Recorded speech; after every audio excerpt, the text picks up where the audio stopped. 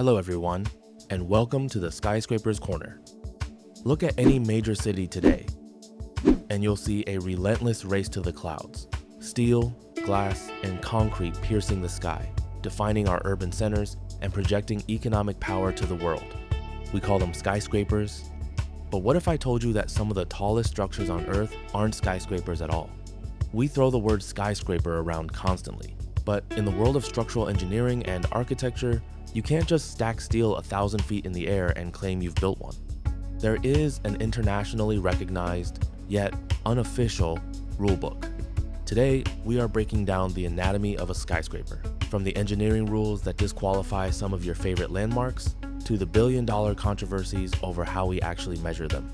Buckle up, because the race to the top is full of loopholes. If you love massive engineering projects and urban development, make sure to hit that subscribe button and ring the bell so you never miss a video. Now, let's look at rule number 1. To understand what a skyscraper is, we have to consult the ultimate authority on the matter, the Council on Tall Buildings and Urban Habitat, or the CTBUH. They are the global gatekeepers of building records. And their very first requirement comes down to basic physics. It must be a self-standing structure. If your structure relies on guy wires or external tension cables to stay upright, you are disqualified. This instantly eliminates radio masts. For decades, the tallest structure in the world was the KVLY TV mast in North Dakota, standing at a staggering 629 meters.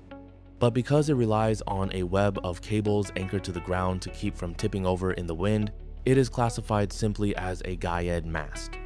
A true skyscraper must act as a massive cantilever anchored deep into the earth, fighting gravity and lateral wind forces entirely on its own through its internal core, columns, and foundations. But being self-standing isn't enough, which brings us to the rule that disqualifies some of the most famous landmarks on Earth. Paris has the Eiffel Tower, Toronto has the CN Tower, Tokyo has the Skytree. They are massive, self-standing, and iconic. But according to the CTBUH, they are just towers. They are not buildings, and therefore they cannot be skyscrapers. Why? Because of the 50% rule. To be officially classified as a building, a structure must be designed for residential, business, or manufacturing purposes. Crucially, at least 50% of its height must be occupied by usable, habitable floor area. Look at an observation tower. You have a massive concrete shaft containing elevators and a small occupied pod at the very top. The vast majority of the height is completely uninhabitable. A skyscraper, on the other hand, is a vertical city. Whether it's luxury apartments, corporate offices, or a mix of both, people have to actually live and work throughout the structure. If it's just a massive stick holding up an observation deck and some radio antennas, it's not a skyscraper. So, you've built a self-standing structure, and people work on every floor. At what point does a regular building become a skyscraper? Historically, any building over 14 or 15 stories was a skyscraper. But today, engineering has advanced so far that the terminology had to evolve. The CTBUH broadly considers a building to be tall if it hits about 150 meters or around 500 feet. But to stand out today, you have to go much, much higher. Enter the super tall. This is a building that reaches a height of 300 meters, or 984 feet. Think of London's The Shard, or New York's Chrysler Building. For a long time, super talls were rare engineering marvels. Today, there are over 200 of them in the world, mostly clustered in China and the Middle East. But human ambition never stops. Which brings us to the apex predators of the skyline, the megatall. To achieve this status, a building must reach a mind-bending 600 meters, or 1,968 feet. As of right now, there are only 4 completed megatall buildings on the entire planet. The tallest, of course, is Dubai's Burj Khalifa, soaring to 828 meters. Building at this scale requires entirely different engineering paradigms to deal with vortex shedding, extreme wind loads, and elevator logistics. But measuring these monoliths isn't as simple as dropping a tape measure from the top, and that brings us to the most controversial topic in architecture. In 1998, a war broke out in the architectural world. Chicago's Sears Tower, now the Willis Tower, had been the tallest building in the world for 25 years. But then, Kuala Lumpur finished the Petronas Towers.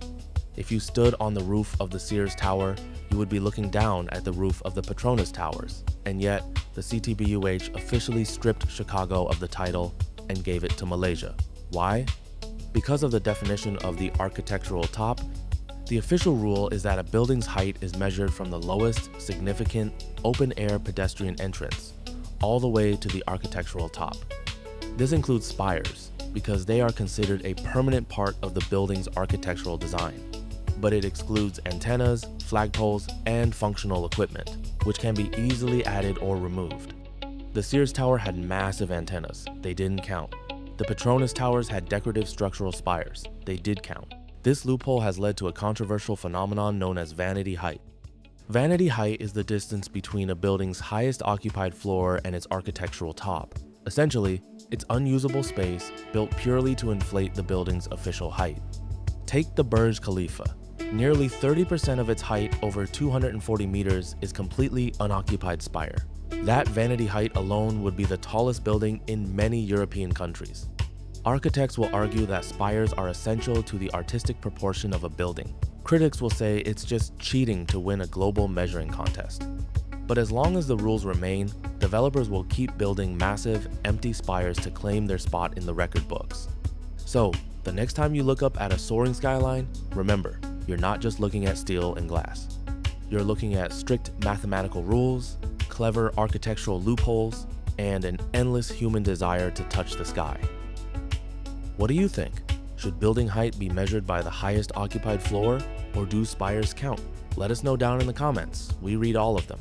If you enjoyed this deep dive into the built environment, make sure to hit that like button and subscribe to the channel so we can keep making videos like this one. Thanks for watching, and we'll see you in the next one.